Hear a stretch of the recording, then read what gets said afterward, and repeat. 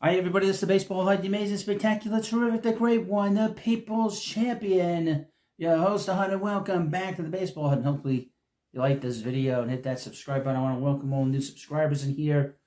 Over the last few days, you've been coming in droves, and a lot of new people writing to me. I welcome you. We mentioned that we have memberships here. Also, if you're not on X and if you're not on all these different social media sites, you're only on YouTube, you want to subscribe to this channel. I'm not a person that gets things up quickly, but I do get all the accurate information for you as quickly as I can, and I give you the best commentary here and really the best of everything here, to be honest with you. Here's the update. There's a couple of things of interest that I think you like. Is one that you may have heard of. Corbin Burns, the guy that had been with the Brewers, and he'd been a starter with the Brewers, and won the Cy Young there in Milwaukee, and also pitched this past year with the Orioles, signed with the Diamondbacks. So he went to the Diamondbacks in the middle of the night, 1:30 in the morning. He signed. We did not hear the Diamondbacks, so you never know where these players are going to go at the last minute. Also, a few hours ago, it was revealed that Teoscar Hernandez had signed yesterday with the Dodgers, and I guess we talked about him briefly yesterday. The Mets had offered him a contract. They offered him a 2-year contract to similar money, but the word was that he really just wanted to go back to the Dodgers, and they gave him a rather sweetheart deal, gave him 3 years. I guess I didn't want to give him 3 years, but and plus there was talk that he really wanted to stay with the Dodgers. Now, with that in mind, there's so many things, and I said this in previous videos, that the whole baseball world is open, and the Mets said this: the whole baseball universe is open to them. They're open to sign anybody that doesn't move. I mean, really. But here's the interesting thing: a rumor popped up tonight about Pete Alonso. Let me read you a couple of things, and I'll throw a couple of names out. One name in particular for you to chew on. I'm not too high on this, but from MLB trade rumors, the San Francisco Giants, considering Pete Alonso. The Giants already made one big infield addition by signing Willie Adames and kept Matt Chapman off the free agent market entirely by signing the third baseman to a contract extension in September. With the Giants still weighing big moves, Susan Slusser of the San Francisco Chronicle reports that Pete Alonso is on the radar as a significant upgrade to the first base DH mix. Oh boy. Adding Alonso would only somewhat change their direction. If Alonso took over the everyday first base role, and they talk about the different players, and we know about Pete, the Mets, I don't care about the Giants. It doesn't matter, I don't care. We know that in the last 2 years now, Pete Alonso has been offered 2 contracts for the Mets. Last year he was offered a 7-year deal for about $150 million, if I remember right. And I'm off about the money in the years. And then this past offseason, the rumor is that the Mets offered him 3 years for $90 million. I wanted to make sure I got that information right out to you. I wanted to have an exact source. The source is former Major League player, former Met, former Indian, former Marlin, Carlos Baerga, who tends to be a little bit off with his predictions, but he did have Scott Boras, the agent for Pete Alonso, was also his agent when he played. So he has a source. The 3 years, $90 million for Pete Alonso. I was thinking about it. Maybe I said in the previous video, it's fair. It's a fair contract for Pete. And supposedly he's an opt-out after the first year or second year. But Pete Alonso, if he goes to San Francisco, will be basically repeating the mistake that Michael Conforto did. Almost pound for pound. And I've been talking about this for the last year or so, that he is doing the same mistake that Michael Conforto did by not signing the contract extension with the New York Mets back in 2021. I don't want to be right. I don't want to see him go to the Giants. We want to see Pete be with the Mets. We want him to stay with the Mets. His value's highest here. And it's not about homegrown. There'll be no pressure here. he goes to another team. How's he going to hit in that ballpark? That ballpark is not great for power hitters.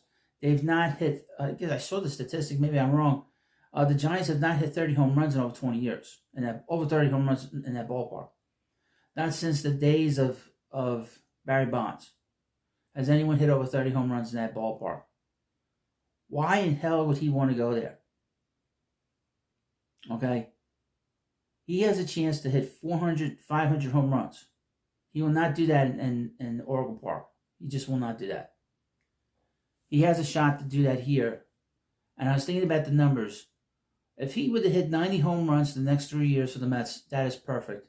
And drive 300 runs, he could do that. He will not do that in San Francisco. And San Francisco, quite frankly, is a shithole. All right? There's the dirty little secret of Major League Baseball. Some of these cities are shitholes. San Francisco's become a shithole. New York is a shithole at the moment, but it seems like it's trying to turn around. And obviously, Canada is a disaster. A major tyranny of the major orders. A big reason why nobody wants to go to Canada right now. But Pete just stay in New York. He wants to be here. He lives on Long Island. There's no reason to leave. Okay? And I know that the agent wants to get as much money, and it's his right to get as much money as he wants to get. But Pete does not want to go to San Francisco. That is a mess. That is a disaster waiting to happen. He'll not hit 40 home runs ever again if he plays there. Never again. He won't even hit 30 home runs. It'll be a struggle. And he will be kicking himself. And also, not to mention, of course, mention this as well. He'll be in the same division as the Dodgers. And the same division as the Diamondbacks. The Diamondbacks have built themselves up quite the impressive pitching staff with Corbin Burnes there. We know that the Mets are dealing with a big, division. But we know the terrain here, the Mets have played well in this division. The Giants have not played well for a long time. They had the one season in 2021 when they had won 100 games. But they've been a mess since the World Series, since their last World Series win 10 years ago. It has been a struggle for the Giants. They are going through a transition again. They hired Buster Posey to run that club. He's never run anything in Major League Baseball other than pitching staff.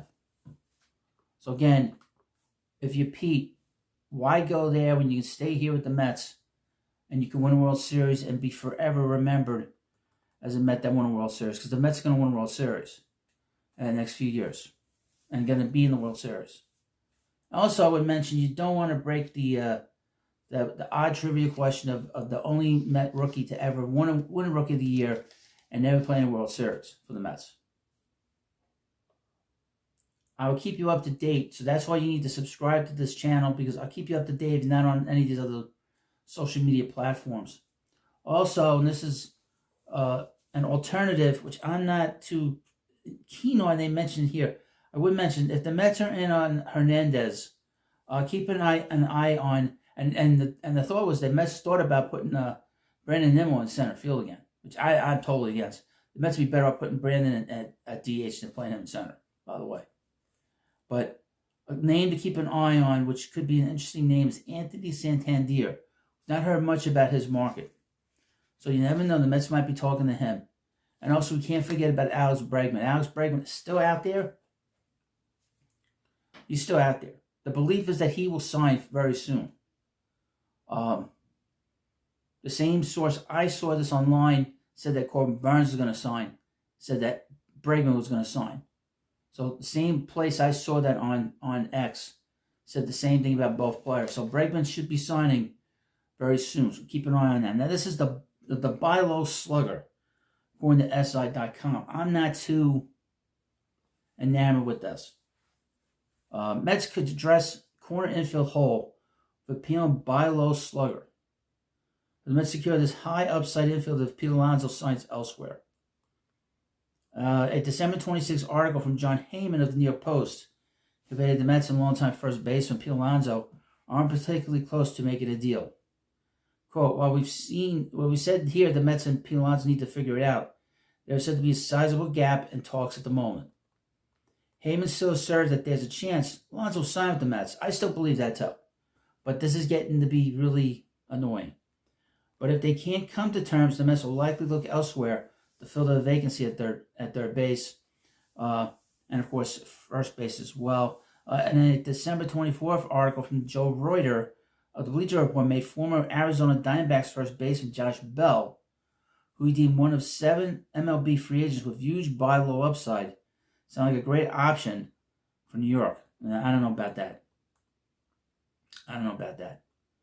Don't be surprised if Josh Bell outperforms all these other players just in terms of money at a significantly lower price point. And I don't know about that. He had 17 home runs last year. Okay? 17 home runs and drove us 71 runs batted in. He has not had a really big season since he played with the Pirates. In this article, Bell has averaged 24 homers and 87 RBIs per 162 games over the course of his career, and switch hitter can be a relatively cheap source of power at first base or in the DH hole. Now, the one thing about Bell, we saw this when he was with the Nationals and then when he got traded to the Padres, that power tends to come and go. He's more streaky than as a hitter, and his wins above replacement is not very high. I don't like, he's kind of, to me, is what the Mets used to do, this sort of bargain bin kind of way at the Wilpons buying, picking up a player on a one-year deal. This smells like a little bit better version of Adrian Gonzalez, in my opinion. This doesn't really appeal to me. I'm just bringing this up because it was on here, and I thought it'd be interesting to talk about. Besides that, I am not a big fan of it. And I know people are going to say, well, he hits the Mets. I don't care if he's a Met killer. That's another thing. I think I mentioned this.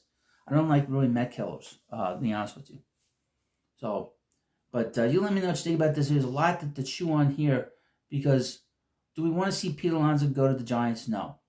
He will not win if he goes there. He just won't. He just won't win there. And his power will be gone. It'll be a struggle for him to get the 400 home runs if he stays there, if he goes there. Stays with the Mets, he's got a real shot at 400. And I think that contract for 3 years at $90 million is fair enough.